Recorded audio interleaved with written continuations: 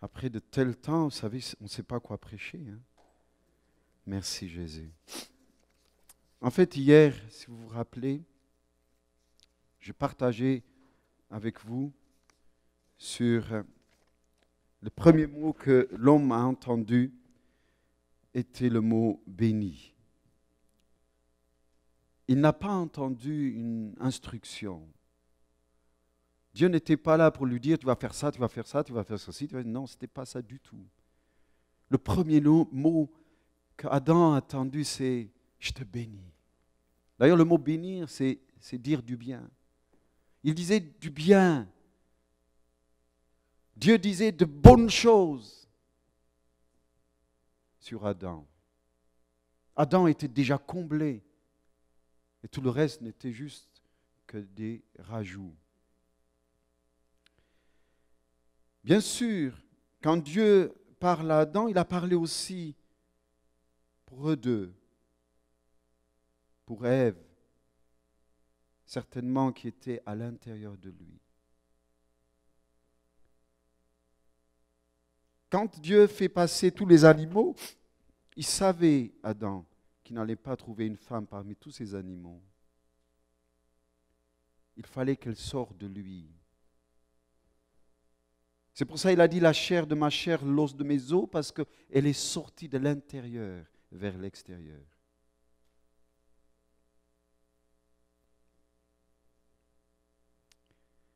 Voyez-vous, de même que Ève était en Adam et quand Dieu les bénit, nous avons aussi été bénis en Adam parce que chacun de nous, on était dans Adam. Chacun de nous. On était en lui.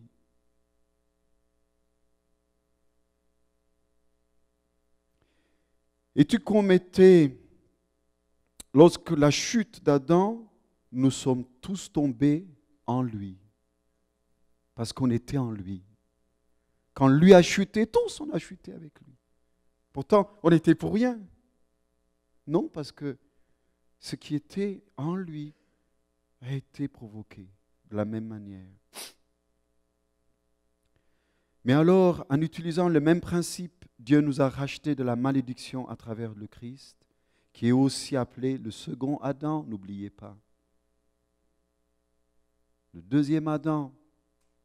Dans Galates chapitre 3, versets 13 à 14, il dit « Dans le Christ, la malédiction a été brisée. Le Christ a pris non seulement nos péchés sur la croix, mais aussi la malédiction. Et il nous a rachetés de la malédiction, afin que la bénédiction d'Abraham nous soit donnée. » Donc, en lui, de nouveau, nous sommes bénis. Voyez-vous la clé? C'est pour ça Jésus, c'est le deuxième Adam. La chute d'Adam a causé la malédiction.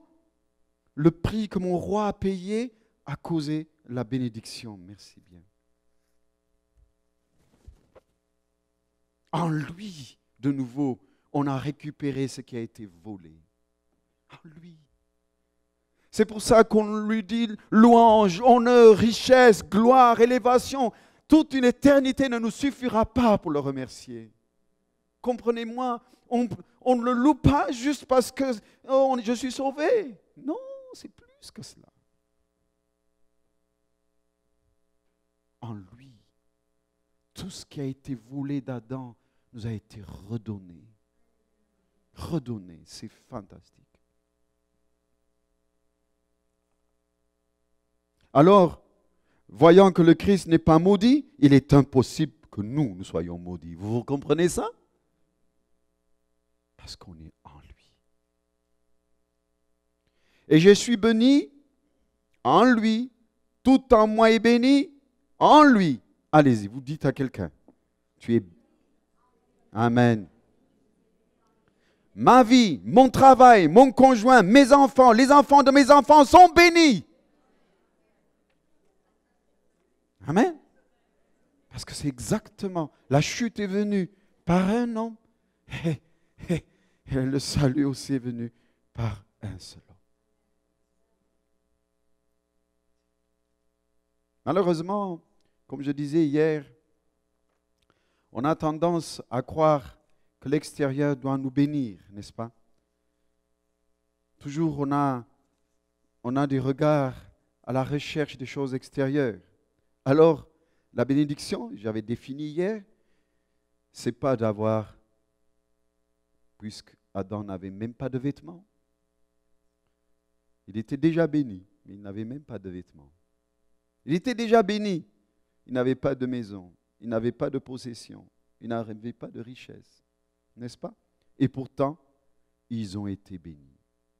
C'est pourquoi, mes bien-aimés, il faut qu'on réalise, la bénédiction a peu à faire avec les choses que nous associons d'habitude au mot bénédiction. Nous, on a tendance de dire, j'ai une maison, oh, il est béni. C'est peu de choses. Alors, qu'est-ce que ça veut dire être béni? Un jour, les disciples lui ont posé une question. Il y avait beaucoup de personnes. Il fallait nourrir toutes ces personnes. Et donc, quand on s'approche et qu'on lui demande, Seigneur, que devons-nous faire? Parce qu'il y a trop de monde, il faut qu'on leur donne à manger. La question de Jésus et la réponse de Jésus était très, très choquante. Parce qu'il leur dit, donnez-leur vous-même à manger.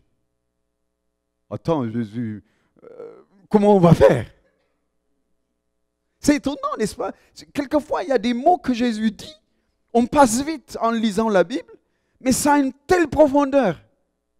Donnez-leur vous-même à manger. Eux, ils avaient, je ne sais pas, 2 poissons et 5 pains. Ils disent, mais qu'est-ce que tu dis, Seigneur? Mais qu'est-ce que tu dis?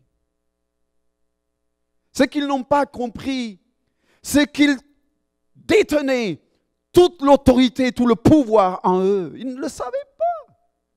Comme nous, exactement. On ne le sait pas. C'est pourquoi on a toujours nos yeux qui sont à la recherche de quelque chose d'extérieur, malheureusement. Malheureusement. Christ en toi, l'espérance de la gloire, est impressionnant.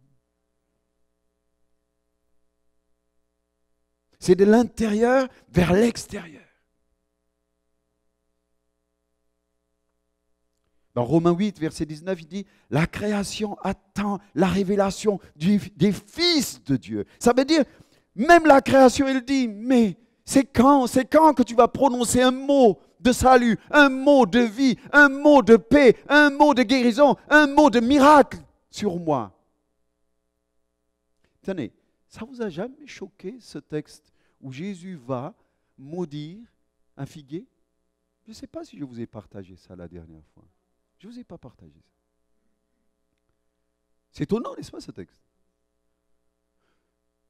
Même à un moment, j'ai dit, mais si Jésus est Dieu, comment ça se fait qu'il est allé chercher des figues sur un figuier dont ce n'est pas ni la saison pour aller prendre les figues?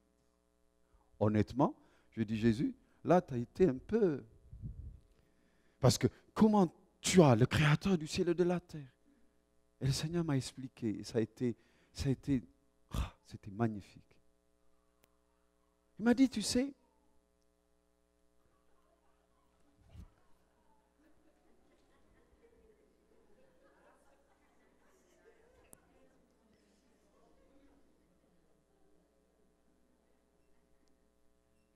quand Jésus donc est allé chercher des figues sur le figuier, au fond, il savait ce que Adam a fait comme erreur. Qu'est-ce qu'Adam a fait après avoir péché? Il est allé chercher?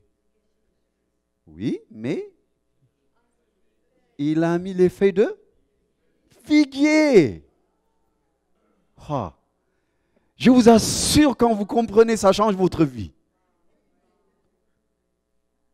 En fait, c'était symboliquement qu'il est venu dire, c'est fini, l'homme ne dépendra plus des choses extérieures. C'est fini. Vous saisissez, mes bien-aimés?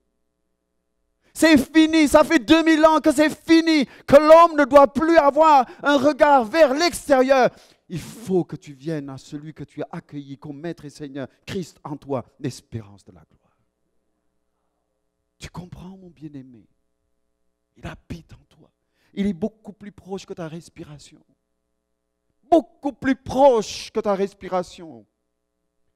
La Bible nous dit même pas un de nos cheveux ne tombe, il les connaît par cœur. Ça veut dire qu'il est beaucoup plus proche que tu le penses. Craindras-tu de tes lendemains? T'inquiéteras-tu de ce qui va se passer? Et alors? Rien ne régnera sur moi. Rien ne régnera sur moi. Jésus dit, le prince de ce monde est là, mais il n'a rien en moi. Amen. Mon roi, pour avoir la malédiction sur lui, puisqu'il n'avait jamais péché, comment voulez-vous que la malédiction tombe sur lui? Vous savez, encore, il vient sur le principe du bois. Écoutez bien. Maudit soit celui qui est pendu au bois. Encore, il revient. Sur ça, il a appris toute la malédiction de l'humanité parce que c'était le nœud de l'humanité. Et l'homme, Adam, a été intéressé à ce moment-là vers l'extérieur. Et tout a été maudit. Le diable était très content de récupérer, au moins d'arrêter cette bénédiction dont l'homme devait contenir et être la parole même de Dieu. Parler comme Dieu. Genèse chapitre 1, versets 26, 27 et 28, si vous le lisez. Ce texte est très intéressant. On va ouvrir. Dans Genèse chapitre 1, c'est même histoire d'Adam, mais c'est juste plus bas. Puis Dieu dit, faisons l'homme à notre image. Ça veut dire même droit. Vous vous rendez compte comment ça peut rendre jaloux au diable? Tout à l'heure, mon bien-aimé Pierre qui disait, pasteur Pierre, qui dit, nous sommes insignifiants. Il a raison. Je vais vous dire une chose. La Bible nous dit que l'homme est poussière. 70 kilos de poussière, 80 kilos de poussière, 100 kilos de poussière. En tout cas, chacun a son kilo. Cependant, quel homme ou quelle femme achèterait un sac de poussière? Qui ferait ça? Franchement, tous ont balayé les poussières, n'est-ce pas? Comment ça se fait que Dieu s'intéresse à ce point pour un tas de sacs de poussière? Parce qu'on n'a pas compris le trésor que nous portions. Ce qui l'intéresse, il est là, notre image. Christ en nous, l'espérance de la gloire. C'est ça qui l'intéresse. Selon notre ressemblance. Et qu'il domine sur les poissons de la mer, sur les oiseaux du ciel, sur le bétail, sur toute la terre et sur tous les reptiles qui rampent sur la terre. Ce que vous venez de dire, ce n'est pas juste, voilà ce que tu vas faire. Ce n'est pas ça. C'est un contrat légal. C'est un droit légal de dominer, de régner. C'est un droit. Tenez, quand vous achetez un terrain quelque part, qui vous donne le droit? C'est la mairie? C'est ça ici? En France, c'est la mairie. Ici aussi, n'est-ce pas? Vous allez à la mairie, vous achetez, donc vous avez acheté le terrain, il y a les topographes qui viennent, ils vont mesurer tout, et vous clôturez. Malheur à celui qui osera rentrer à l'intérieur. Parce que légalement, c'est votre terrain. Si on a aussi confiance à des propos, à des lois légaux comme ça, humaines, quand Dieu dit tu domineras, c'est ton droit légal. C'est pour ça, le fondement de la prière, c'est un droit légal. Ce n'est pas du tout comment dirais-je, un truc religieux. Vous savez, les gens, ils pensent que c'est une activité religieuse. Ils pensent que prier, c'est activité religieuse. Allez, on va prier. Ce n'est pas du tout une activité religieuse. Ce sont tes droits et tes privilèges que tu parles. C'est pour ça, ce que tu parles a de telle importance. Ce que tu dis a de telle importance. Passer ton temps à dire n'importe quoi, combien c'est grave.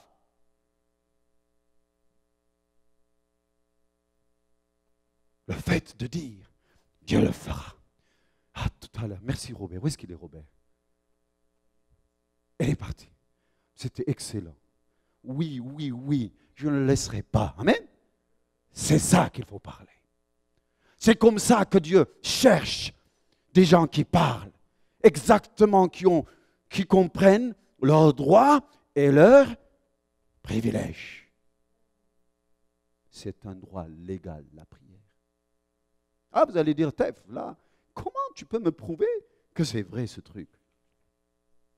Alors, dans la Bible, il y a une personne qui m'a impressionné, c'est la veuve. Vous la connaissez, cette vieille veuve? Elle est excellente, cette femme. Luc chapitre 18. Il dit, il y avait dans une ville un juge qui ne craignait point Dieu et qui n'avait d'égard pour personne. Il y avait aussi dans cette ville une veuve qui venait lui dire, fais-moi justice de ma partie adverse.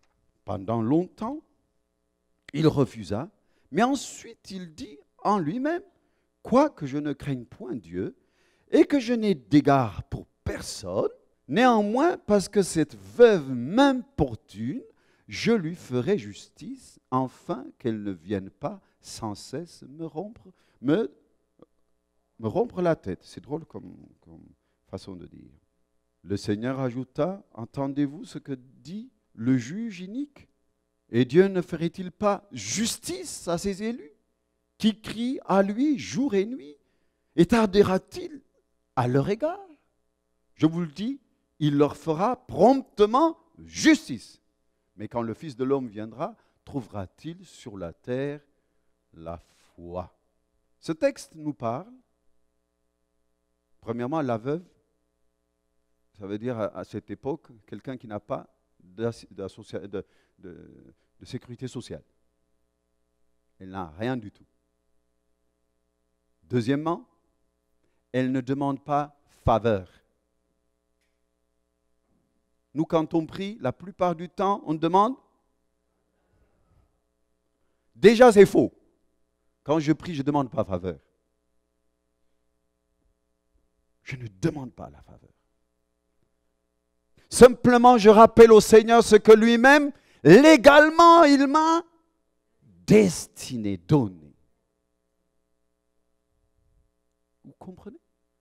La seule faveur que je lui demande, vous savez, c'est quoi? Qu'il me donne l'amour de plus en plus pour lui.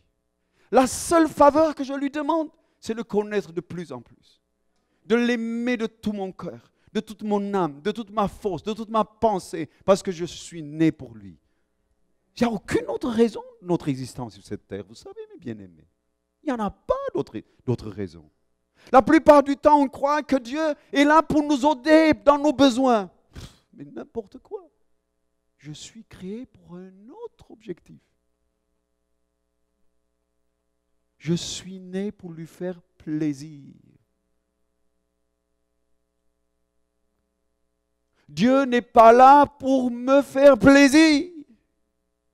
Tout est à l'envers. Bien sûr, je profite de sa présence. Le plaisir est là, tellement je suis bien avec lui, n'est-ce pas? N'est-ce pas, tout à l'heure, quand vous avez goûté sa présence, ça fait du bien, non? Eh bien, vous avez profité. Mais ce n'est pas la destination finale. Ce n'est pas le but final. le but final, c'est de lui faire plaisir, plaisir, en acte, en pensée, en parole, à lui faire plaisir. C'est que ça soit mon objectif.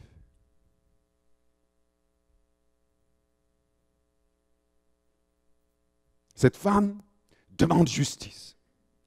Le texte nous dit que ce juge ne craignait personne, ni Dieu, ni homme.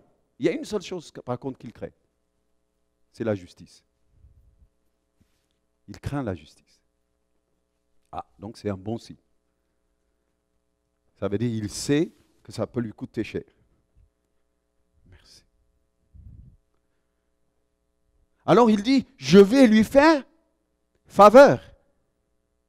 Justice.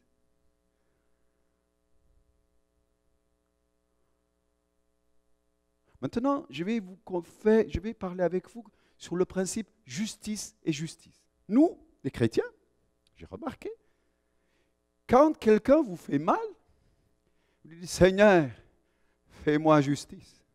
Ça veut dire terrasse-le. Parce que nous ne comprenons pas que notre guerre n'est pas contre la chair et le sang. Si je demande justice par contre à Dieu, c'est celui qui se cache derrière la personne. Je bénis la personne et je demande justice à celui qui est caché derrière et qui utilise sa bouche, qui utilise ses actes, qui utilise ses comportements, qui utilise ses finances, sa santé, ses yeux, sa haine.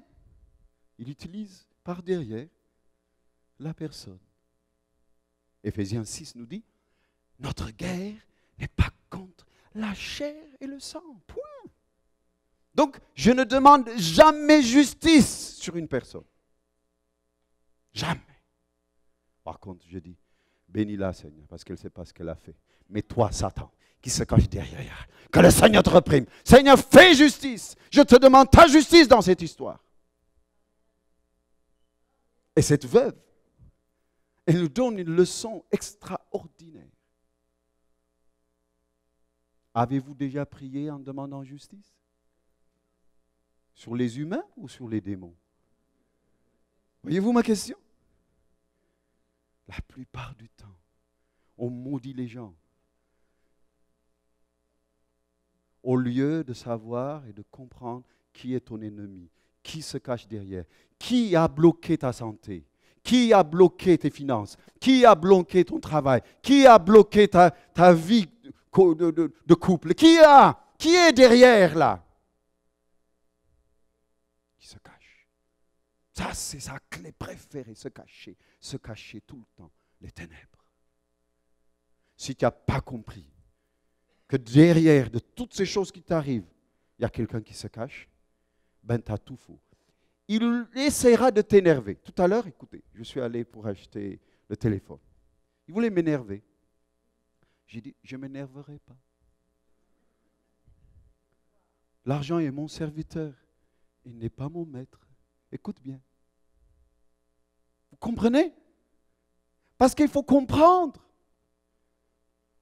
Tous les moyens sont bons pour vous irriter, pour vous faire du mal. Seigneur, fais-moi justice.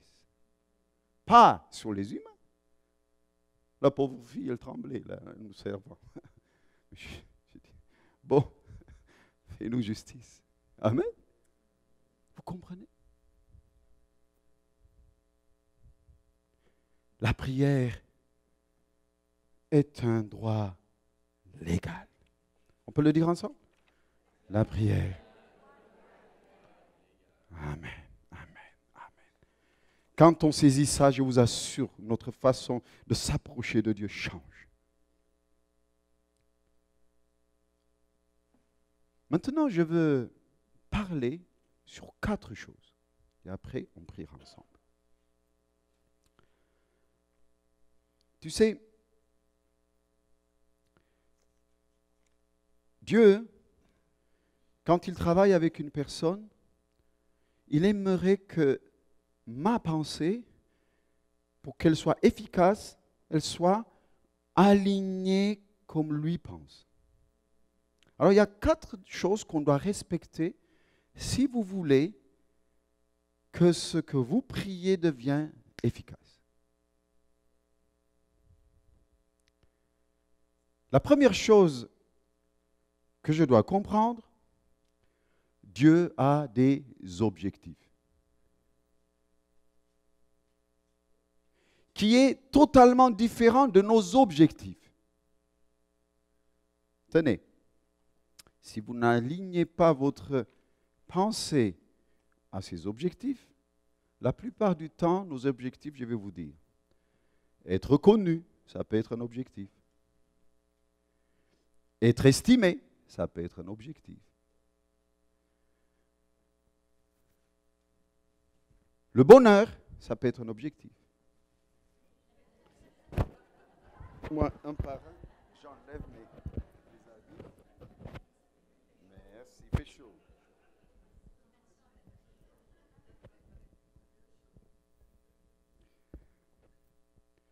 Le plaisir, merci. Le plaisir peut être un objectif. Aujourd'hui, vous savez, tout ce qui se passe en Europe, c'est quoi? C'est pour avoir des lieux de plaisir. Comment va se passer notre été? Comment on va faire? Le plaisir, le plaisir, le plaisir. C'est ce que la Bible dit. Hein? L'amour du plaisir. La Bible en parle. L'amour du plaisir.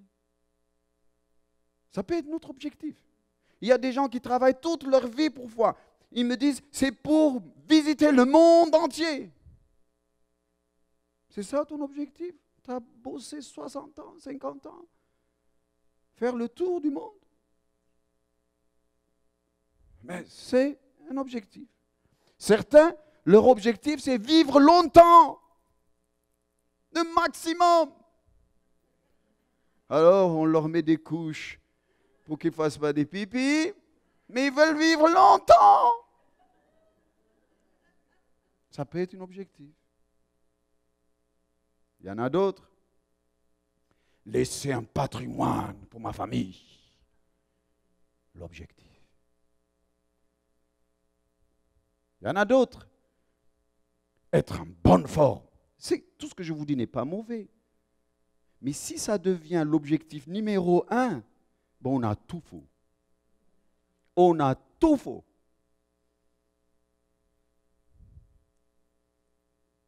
Avoir une bonne santé, ne pas perdre la face, ça peut être un objectif. Montrer à d'autres ce qu'on a, ça peut être un objectif. C'est selon.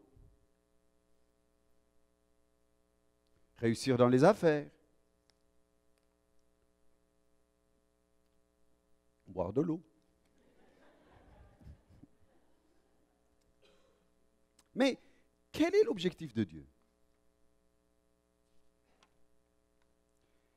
Dans le Nouveau Testament, dans Éphésiens chapitre 1, versets 5 à 6, il nous a prédestinés par Jésus-Christ à être adoptés selon le dessein bienveillant de sa volonté.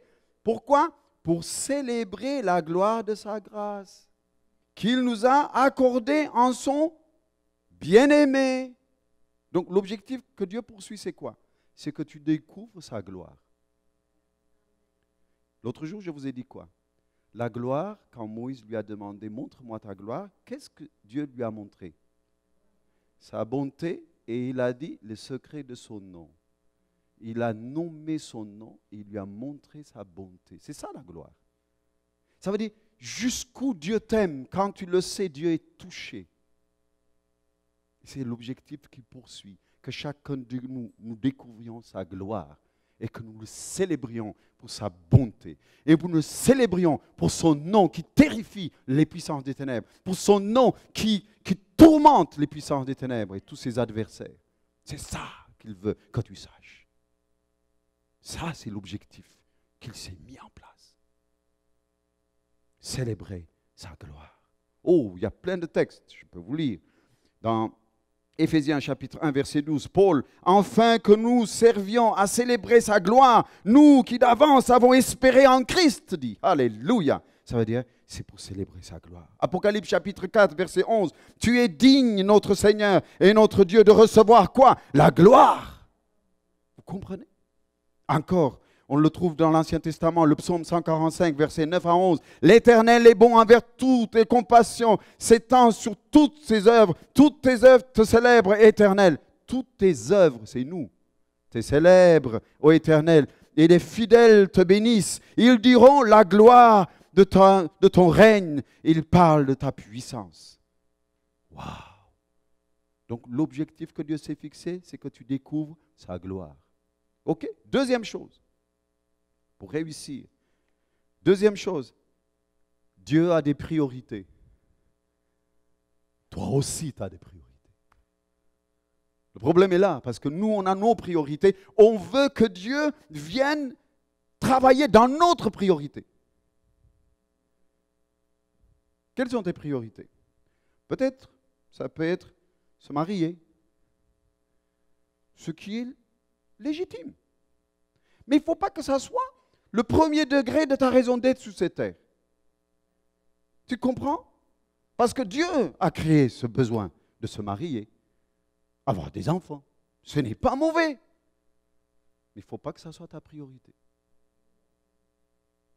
Il faut que ça soit la deuxième priorité.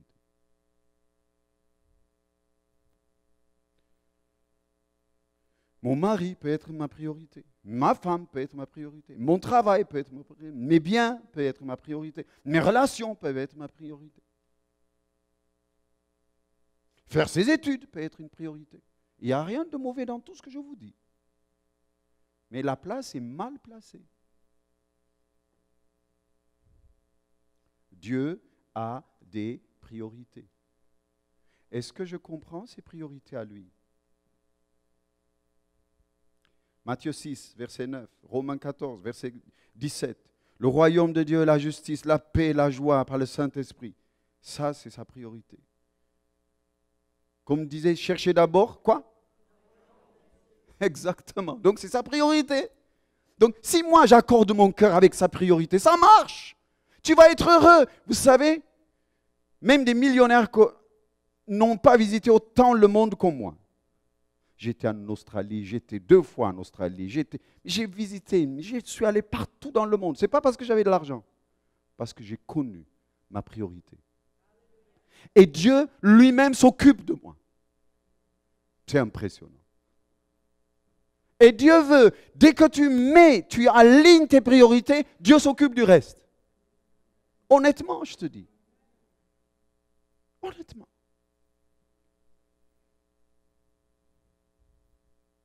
Sache, l'éternité prime sur le temporel. L'éternité prime sur le temporel. Ne fixe pas ton cœur sur le temporel, sur le moment, maintenant. Il y a l'éternité. Regarde, lève tes yeux, regarde autrement. 2 Corinthiens, chapitre 4, versets 17 à 18. Aussi, nous regardons non point aux choses visibles, mais à celles qui sont invisibles, car les choses visibles sont temporelles, momentanées, nous dit la parole de Dieu. N'est-ce pas vrai? Et les choses invisibles sont éternelles. Le monde invisible. Éphésiens chapitre. Notre guerre n'est pas contre la chair et le sang, mais c'est contre les puissances des ténèbres. Ça, c'est la priorité de Dieu, que tu le saches. Tu comprends? Et tout le reste rentre en ordre. Dès que tu mets en ordre tes priorités. 2 Corinthiens chapitre 5, verset 20. Nous sommes des ambassadeurs pour Christ, comme si Dieu exhortait pour nous. Nous supplions au nom de Jésus-Christ, soyez réconciliés avec Dieu, nous dit ce texte, 2 Corinthiens chapitre 5, verset 20. Donc, les ambassadeurs, c'est sa priorité. Luc chapitre 10, verset 19. Je vous donne le pouvoir de marcher, ou l'autorité de marcher sur les serpents, sur les scorpions, sur toute la puissance de l'ennemi. Rien ne pourra vous nuire. C'est sa priorité. Si vous faites ça, toutes vos histoires qui sont bloquées se débloquent. Et nous, qu'est-ce qu'on fait? On se bat pour que nos histoires s'arrangent. Et vous n'avez pas vu ce que Dieu voulait vous montrer. Il est tellement généreux. Il est tellement généreux. Que tu vois là où il y a le problème. Ton problème est souvent dans la main des puissances des ténèbres. Donc, il faut que tu te bats. Que tu dis, que tu saches. Et que tu viennes dans ta priorité. Troisième chose. Alignons nos attitudes à l'attitude de Dieu. Qu'est-ce que ça veut dire? savez, Dieu ne diminue pas les soins quand une chose devient plus petite. Quand les choses sont petites, Dieu ne diminue pas il est appliqué même pour des petites choses. Tout à l'heure, ce matin, on parlait avec Pasteur Pierre, et il disait des micros, qu'est-ce que tu m'as dit? Des micro-nutriments.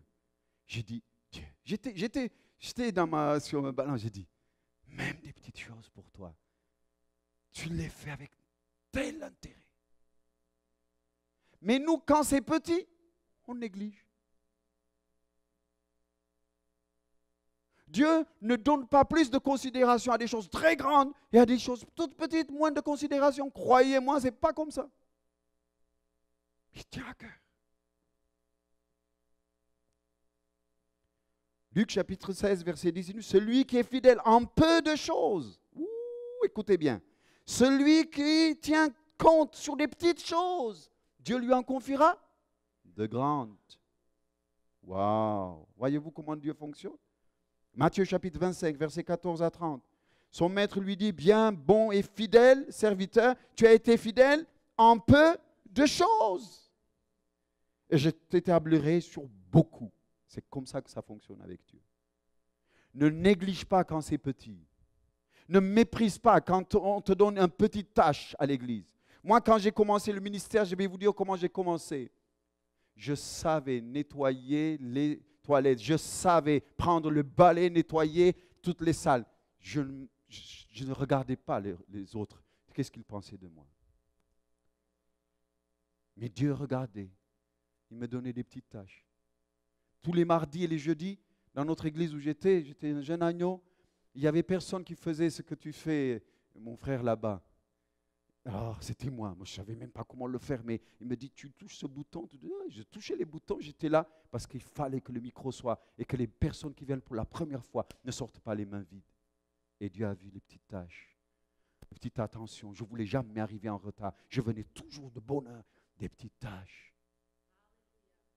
Je ne viens pas après 30 minutes, la louange, après la louange. Mais attends, la louange est réservée au Seigneur. Il faut que tu viennes le louer, ce n'est pas pour toi. Ouf, la louange, moi, ça ne me plaît pas. Tu parles, ce n'est pas pour toi la louange.